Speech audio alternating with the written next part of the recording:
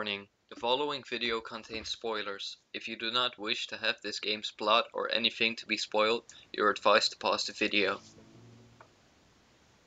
Hello everyone, I'm Daysef. Today, I would like to talk about my hopes for Life is Strange 2 and what I thought about the first game. So yeah, we're gonna cover a bunch of topics and there is gonna be a lot of spoilers. I already put up a warning in the beginning of the video, but you know, like, if you missed that somehow, this is like your last chance, because there is gonna be spoilers. I'm gonna talk about what happens throughout the episodes, and I'm gonna talk about the ending. So, you know, if you don't want to hear those things, this is your last chance. Okay, so yeah, you start out as Max Caulfield, a young photography student at Blackwell Academy. And well, you know, you just start out with your basic life. You're sitting in class and you're watching how classmates are picking on one of your other classmates, Kate, which is pretty sad. Life is Strange revolves around Arcadia Bay and of course around Chloe Price mostly. Like Chloe Price has a huge role because, you know, it all started with her dying and also ends with her potentially dying. But I'll get more into that later. So yeah, Max Caulfield, she used to live in Arcadia Bay, then moved to Seattle, left Chloe behind, and came back to Arcadia Bay to study, and now magically runs into Chloe after the bathroom incident with Nathan going ape and pulling that gun. But yeah, what I thought about most of it was, you know, a lot of people complain that they find Life is Strange cliche. They find it this hipstery, butterfly effect rip-off, which I disagree on. I think it's really nice. Someone very dear to me bought me this game, and well, I enjoyed it a lot. It's quite tranquil. You get to step into the shoes of Max Caulfield, you get to walk around, you get to take photos. They focus a lot on the photo aspect in the game, and I like that because, you know, it really revolves around it. And it is all quite artsy. Some people complain about this, they find it too hipstery, but I thought everything was just right. There's also some people that are like complaining about this is Tumblr the game, or this is Life is cringe, but I disagree on it. I enjoyed it, you know. What other people say, that's their opinion. I don't care about that too much, but I personally enjoyed it a lot. I could really place myself into the shoes of Max Caulfield and, you know, just lose myself a bit in the moments. And, you know, like, I would enjoy just taking a seat down somewhere and just zoning out, because that's also how I am in real life. Like, I can just, you know, stare out a freaking window and everything around me still moving. And those are like the little things that really got me into this game, besides the story. The story is freaking flawless. I love the concept of being able to make choices and it actually affects the world. I loved it. It was truly a unique experience, and I was sad every time an episode was over, and the waiting was really awful. But yeah, about the characters, well, we got Max, of course. She's our introverted protagonist. I think she's great personally. I mean, she can be silly, but she can be edgy too. She can make quite some sharp remarks, and I like that. Next to that, I think she's a pretty cute girl that just does her thing, and she tries to do what's right. And that's also how I played her. But I played Max Caulfield in a way that I thought that, like, if I were her, then this is how I would handle the situation. Like, for instance, when the first thing I did when in the classroom when Kate was getting bullied was I got up and I talked to her and tried to see if she was alright, because in real life I would feel pretty fucked up too if that was going on in front of me, and I have seen stuff like that going on, and I did do things about it. So I try to do what's right, and in this game sometimes that's not always the right thing. Like when Chloe she tries to steal money from the handicap fund, and I was like, are you serious, Chloe? Are you really serious? Like, you're not gonna do that. That's ridiculous. And then it turns out in the alternate universe when I'll also talk about that in a bit. Like when Chloe is crippled, and it turns out she's not getting any funds at all from the school. The funds were never actually distributed to the handicapped people. And then it turns out, like, by doing something bad, in the end, it wouldn't have been that bad. I mean, stealing is still stealing it, but still. So yeah, the characters. Well, I covered Max a little bit. She's our introverted protagonist who's also a bit edgy, and she's creative and comes up with quite some intelligent or creative ways to solve problems. Then we got Warren Graham. Warren is, well, I'm not gonna lie, Warren is pretty much me when I used to be younger. He's this try-harding kid who's madly in love with this great girl, and he tries everything he has to impress her, and he tries to do the right thing, even though sometimes he can just blurt out quite some nonsense, or you're like, Warren, what the heck, man? But yeah, overall I think he's a great guy, and I think he deserved Max. And those who stream like, but Max deserved to be with Chloe. It's the ultimate shipping of all ships. That's fine, but it's the way I played it. I think Chloe's perfectly fine. I think she's cute too, and even though she's edgy, you know what? I'm almost done with Warren. We're going for Chloe. Just wait for it. Okay, so throughout the series, you see some growth in Warren. I mean, he tries to be a hero to Max, and that's quite ironic. Like Max calls him like a everyday hero, but meanwhile she's one too. And like in the end, especially in like when he kicked the fuck out of Nathan, which I let him do. I'm gonna talk about Nathan too, and you'll understand why in before someone's gonna cry that, oh, you let Nathan get beat up, he's mentally unstable. Just wait for it. But yeah, I think Warren is great. I think he's easily to misunderstand, and that's kind of sad, but after all, he's just a young kid, he doesn't mean harm. And well, like during the dark room, he really showed some empathy for Max, and he genuinely cares. He really does. I'm not saying Chloe doesn't care. Chloe cares too, but like Max didn't need to prove anything to him. He believes her, and he truly loves her too, and he's not afraid to say it. And I think that's adorable. And well, the whole sticking up for her, and when he heard what happened in the dark room, the first thing he wants to do is freaking kill Jefferson. Then I can see them working it out. I can see them together. Okay, so we're going to Chloe. No worries.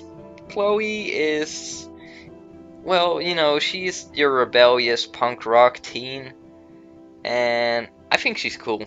She's cool to hang out with. I have done my fair share of troublemaking too. Not that I'm doing anything bad nowadays, or like, just like the kind of nonsense she does.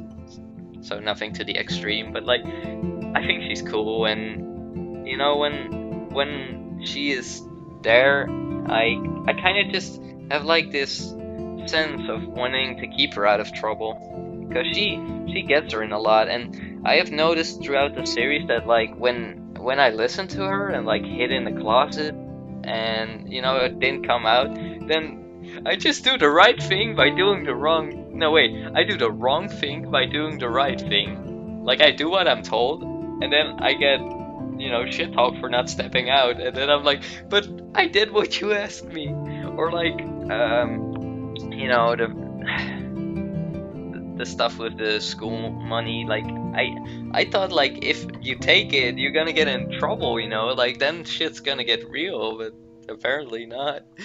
But like that, there's a lot of stuff that makes me worry about Chloe. Like I did care for her, though she did get on my nerves sometimes. Like she can bitch a lot, and I'm just like, girl,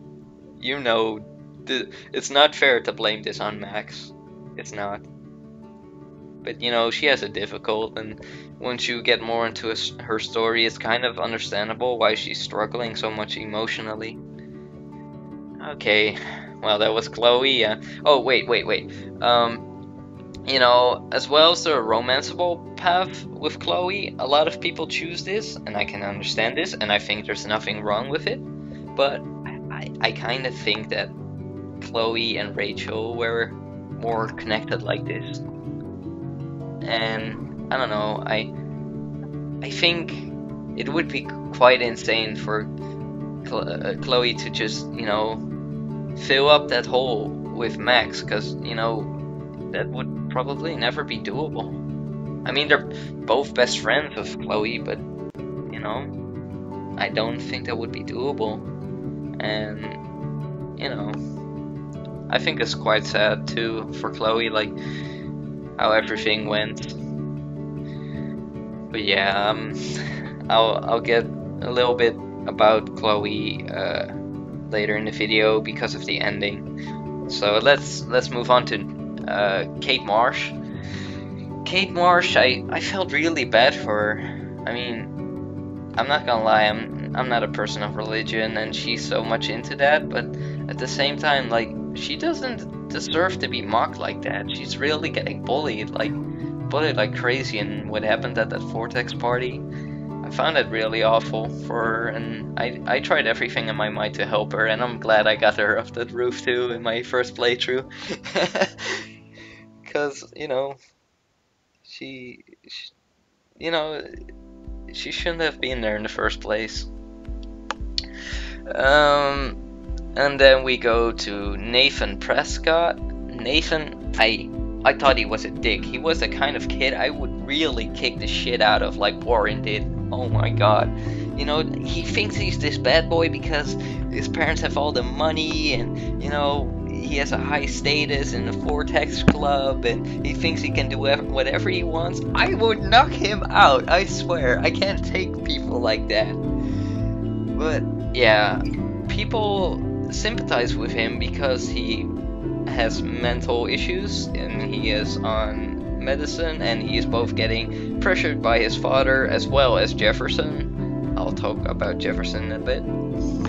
And I still think that doesn't justify what he does and what he did to Chloe, what he did to Rachel, what he did to Kate. It doesn't justify it at all. What he did to Max or Warren, he is a prick, and he deserved everything bad that was coming to him in my eyes. I can understand if you don't agree with that, but I really cannot sympathize with Nathan, and I think they tried to create that in episode 5 when he said that he was sorry and he's coming for you now. But I just can't get over that. I can't unsee what he did, and I think that's understandable too. And then yeah, Jefferson. I did not see it coming that Jefferson was such a prick. I had I found him weird already in the beginning. Like, he was not my type of person. And I also blamed him when Kate jumped, because he was talking to Kate and he was not making sense and not helping her at all. And you know, those two were working together to a certain extent, so I was really like, what the heck? So yeah, I kind of had my fake feeling about him, but once it got to episode 5, holy heck, man, this guy is creepy as hell. I really give a thumbs up to that actor. That was some good stuff. But yeah, yeah, what more? It's a shame that they, you know, that there was no saving for Rachel. I felt pretty bad about that. I wish there was an option you could save her and just see her and Chloe together, and you know, Max chilling with him. That would be cool. But you know, the game is the way it is. In the end of episode 5, I tried my best to do everything right. I tried my best to do everything right throughout the entire series. So now we're coming to the end. So prepare yourself. But about the end of the game, I tried everything in my might to do everything right. I tried to save everyone during the storm, and it didn't matter. I enjoyed every episode, every single one, but the end was, well, I'm just gonna say it, it was shit. It was. I did not enjoy it. Only two options: either kill Chloe, or you know, let the world be destroyed and save Chloe. Well, to be honest, I don't think she would even live after the storm, because as you saw, every time Max saves Chloe, something bad happens. She dies again. Have you seen those bullets on her shirt? They indicate already how many times she got shot.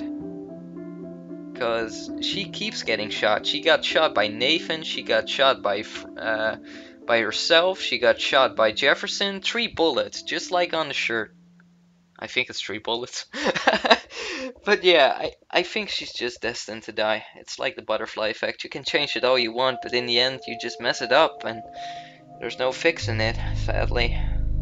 And, you know, so I did sacrifice her, because I think killing everyone for Chloe would not solve anything, because she would still die in the end. And yeah, that's, in the end, every decision you made didn't matter, and I found that a huge disappointment. I really did. And I can understand that people still think the ending was, you know, good, but I found it kind of, well, you know, standard. I found it way too much like the butterfly effect.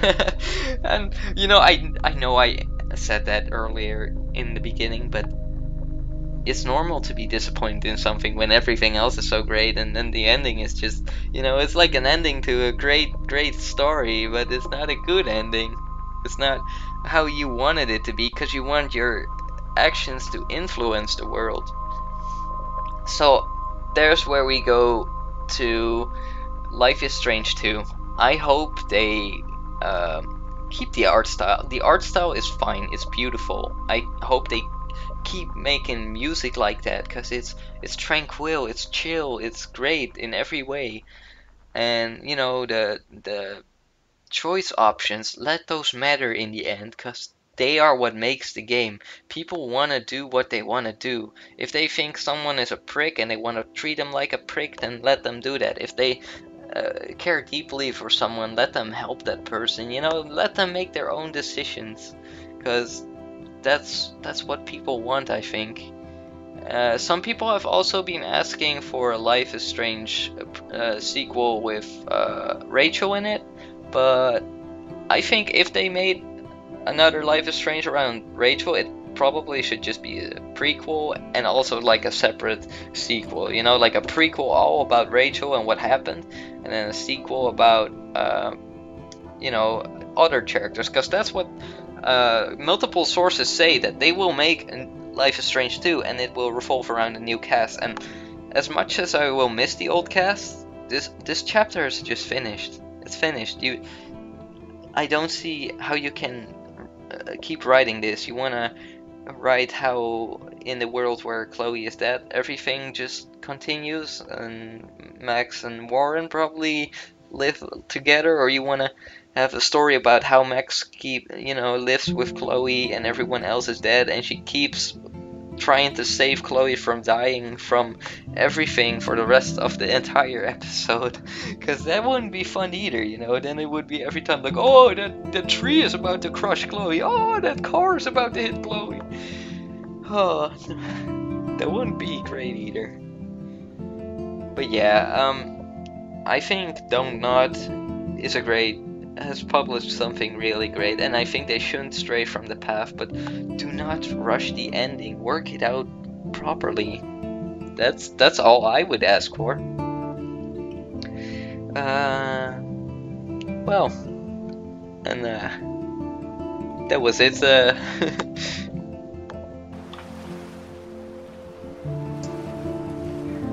That was it for today. Leave a like and subscribe if you enjoyed this video, and I hope every single one of you has a nice day. See ya.